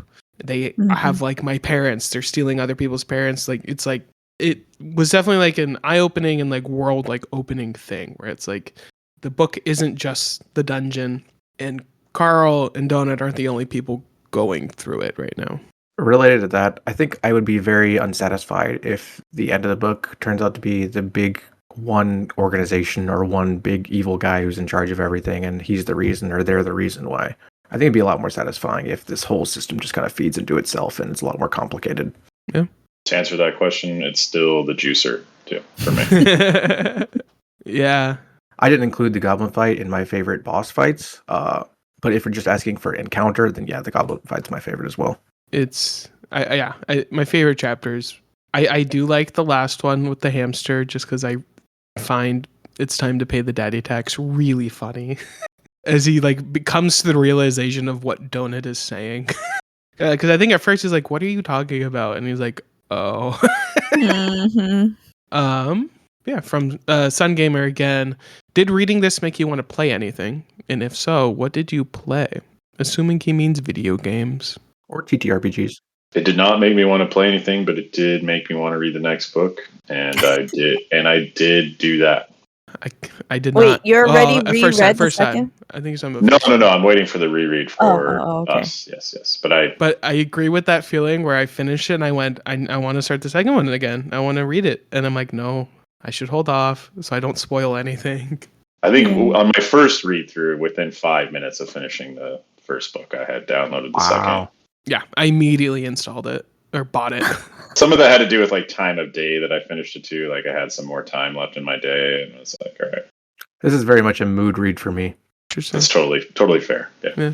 Well, I recently just had my D&D session, so that was quite fun. But it does make me want to... I don't know what video game out there would really suit me, because, like I said, I tend to skip all the narrative stuff, like push, next. I just wanna like explore the world and action and loot things and buy things. It's like you want to play them. Minecraft.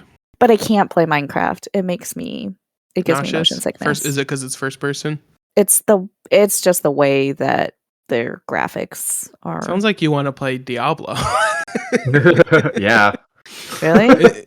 Yeah, that sounds like Diablo. Is it scary though? No. Okay. Imagery, but it's not scary in that like it's spooky imagery. It's also scary in that the last two games that come out weren't very good. Oh, well. Oh, 3 was good. I'll check with Mr. Anderson to see if he thinks it'll be a thing for me. No. I don't think it will. I was mostly joking.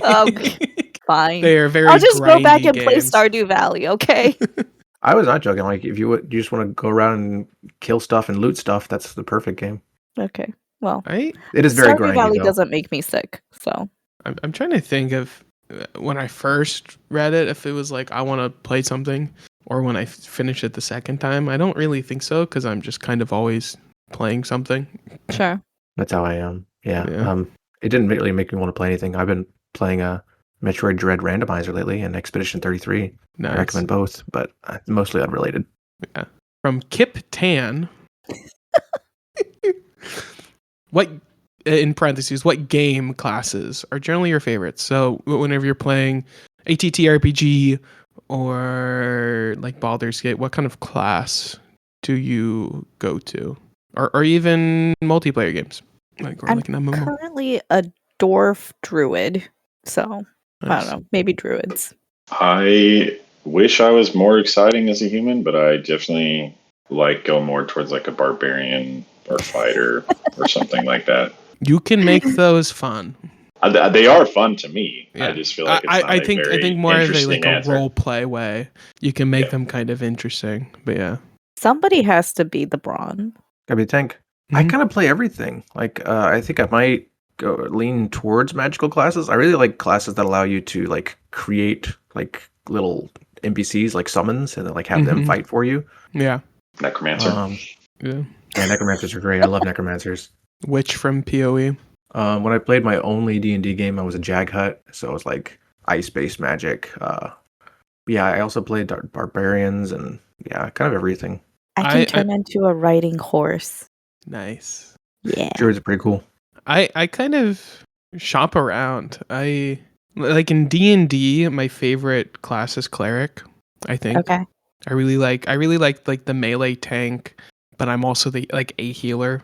Mm. But plus, it really depends on the holy game. magic is just pretty rad as a concept. Well, we were playing Strahd, and then we didn't get very far in it, but it would have been very nice for Strahd. Yeah, monks and paladins are great. Mm-hmm. Definitely underrated for sure. I think I tend to lean more towards support, like healers and whatnot in video games, except for in Final Fantasy XIV, where I played the machinist because you get a big gun, and it's very cool because I play a very small character, like race. And so I'm a very small race with just a big gun. So, kind of building off of Kip's question, what alignment do you tend towards? Ooh, that's a good question. I am definitely in the chaotic good. Yeah, Yeah, somewhere in there. I That's lean me. more on the chaotic scale. Yeah. yeah. Honestly, depending on the game, like neutral, chaotic neutral. Really? Yeah, Chaotic neutral, I would dabble It's- in there as well. it's fun. Because I think when a game's involved, your morals aren't really there, so it's like, maybe I'll Let be me chaotic try. evil. Let me just try it out. Yeah, The first time through a game, it's almost always Paragon. Like I'm just a nice guy, and I generally try to follow the rules. And if I break the rules, it's to help people. The second Gotcha. time, I try to kill everything and Everything. anything. I think I tend to Extremes. play games just like very neutral. Like, how would I respond to this? And then Mhm. because it's like I'm not really role playing. I'm just me. Yeah, that's the thing. I'm just me. Yeah. But I think it would be fun next time around to try to play a more evil character. It's fun. Play Dark Urge in Baldur's Gate 3. Hmm. Kip Tan has another question.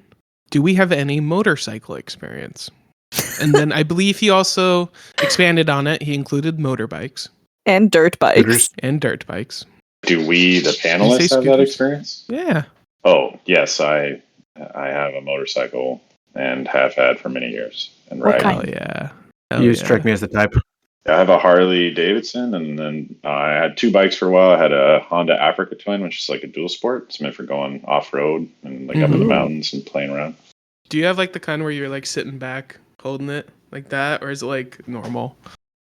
It's a Heritage Softail. If you are familiar, it's kind of like a more classic look. So it's kind of, I would say, a more standard sit. It's like riding on a couch. Is how I describe having a Nice. Harley. Gotcha. Yeah. This is a motorcycle looking motorcycle. So I concur. Yeah. If you know me at all, I think Karen said I sound like the type that's about right. The Softail is how I pictured the Goblin cycle to look, the Goblin Chopper Mm. to look, I think.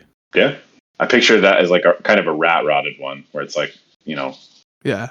the paint is questionable, and Like it's actually iron just the pipes. description of the Goblin bike was hilarious. Mhm. Yes. I have a motorized bicycle with a basket in front and a place for my son to sit in the back. That's basically Nice. the same thing. It's great. I wish I had one of those. I wish I had like a Vespa, like a I scooter. Yeah. live many miles from anything. I would probably do that. See, I live pretty close to downtown, if you can call where I live as having a downtown area. So Is it flat? yeah. Okay. See, Seattle has too many hills, like steep ass hills. Yeah. But people do it. People will ride scooters around. My experience is sitting on the back of other people's scooters. And in Taiwan, we call them they're like bees. Mhm. Mm. I think my only experience with cycle, like actually riding them, is like I rode ATVs whenever I was at a friend's house, Mm-hmm. which isn't a motorcycle, but close enough. But there's been one time where I've ridden like a motorbike Uh-huh. and I was wearing shorts. Yeah. Wasn't warned beforehand that I probably shouldn't be wearing shorts, and then burned the hell out of my leg. On a Oof. tailpipe every time. Yeah. Yikes. I just remember going, ah! From Chesky, what are the strengths and weaknesses of lit RPG, and how does Dungeon Crawler Carl work with that? For me, we talked about the weakness, particularly the setup and the mechanism, especially when it's the video game aspect, describing how the different features work. And I think the positives is just the sheer creativity and imagination and possibilities that one could put in. And I think that Dinniman does a pretty good job of using that creativity without making this whole thing feel just too unreal, out of touch, and he keeps things entertaining. I think the weakness I wrote was very similar to like the infinite, like whatever you want to do, because I think it is a double-edged sword. Sure. Depending on the writer. I think a lot of strengths and weaknesses when it comes to genre is like, is it really a strength and weakness, or are you just reading authors who don't know how to Who can't Right. do it well. But I think when it comes to something like lit RPG, there can be a tendency for authors to keep building and focusing on the strength of their character to the point of like them reaching godhood, and it's like, okay, Sure. what now? What is left? And it kind of removes a lot of stake in the Mhm. story. And I think Matt really fixes this by having such a strong limit of, well, we know what they're probably not going to go to infinite strength because floor 18 is the farthest they can Mhm. go, and the furthest anyone's ever made it to was 13, and they died. Well, and also because of the external aspects Yeah. where that changes the dynamic. It's not just about being in the dungeon. There Yeah. are other influences to that experience. The other potential weakness is the repetitiveness. So, obviously you've got to grind in order to strengthen, but then also just like, okay, how minute of a thing will he like it just the level of the achievements. You can't give an achievement for every small thing that happens. So at the beginning, when Carl is talking to Mordecai, who we also didn't mention, I love Mordecai.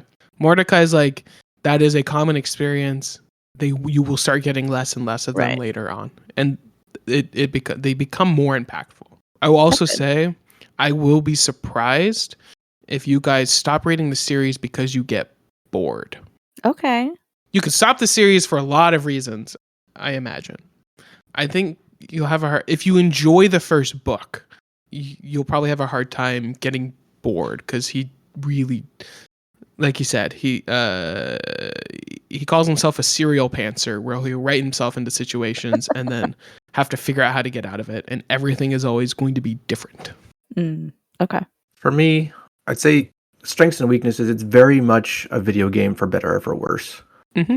Like, my favorite parts were some of the item descriptions and the AI achievements, or just the AI being an AI, the AI that it is.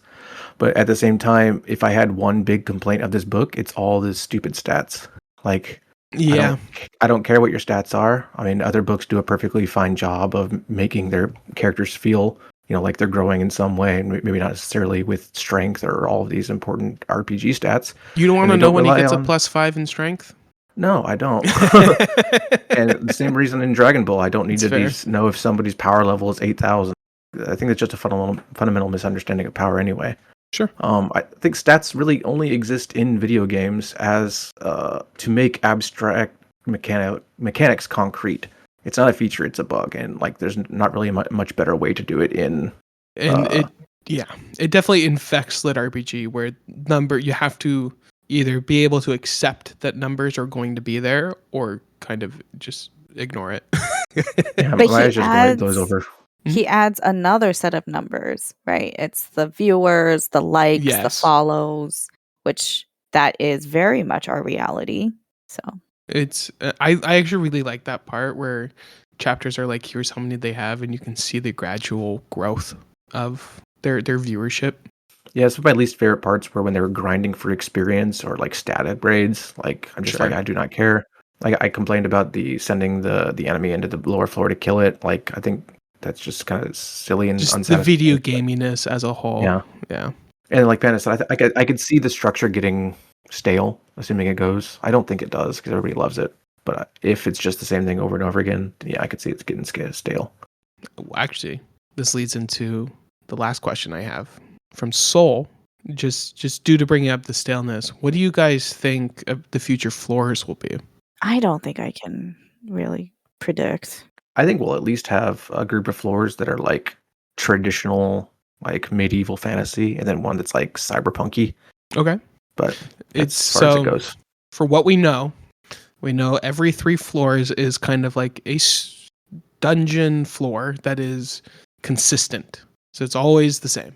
And we've had hints as to what floor 9 is. Yep. Any ideas on what kind of those, at least the 3rd floors are? No idea. It's a tricky question because I don't think anyone can guess what happens. This is a situation where I'm just like, I can't even begin to try. All right. I do have one more kind of prediction-based question. As we're entering into book 2, we're entering into the 3rd floor where Carl and Donut get to both choose their race and class. I'm curious what you Mhm. guys, what kind of theory or prediction you guys have for what race and class both of them decide. They're gonna stay exactly the same. For race, human and cat. Yeah. I think she's definitely not going to change into anything but cat. She's just going to stay cat. If he makes any change, it'll be something like superficial, or maybe like Okay. a cyborg or something. Like he'll just still be almost entirely human. Sweet. Class, maybe he's a sapper. Yeah. Okay. And she's a wizard. Something where She'll go her claws are really magical powerful, somehow. but she does. Yeah, I think she'll be magical. Maybe something with high charisma. I want to say bard, but I can't see her as a bard. I have no idea. Awesome. Yeah. Sweet. I think that is everything. The whole 2 hours and 10 minutes of it. So Yeah, wow. unless you guys have anything else, I can close this out. Excited for the next one. Awesome. Well, thank you for joining us in our discussion on Dungeon Crawler Carl by Matt Dinniman. You can find us on the Legendarium Discord server for more discussion on this and many other books. For our intro and outro music, it is Galactic Damages by Jingle Punk. Thank you to the Legendarium Podcast for loaning us this corner of their show. Thank you to Horizon Brave for starting the green team. And to Befuddled Panda, Hurinfan, and Seth for joining me tonight. I'm your host, Spook, and I wish you all a good night. Bye. Bye, everybody.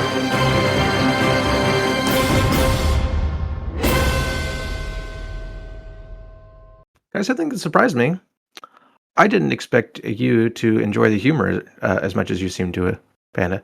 Me? Yeah. I mean, I enjoy traditional or stereotypical teenage boy humor. Okay. When I first started reading the series, I was like, these are boy books. Because they're a little crass. And then I'm like, oh man, there's a lot of women that like this series. All right. My conception is weird. Changed.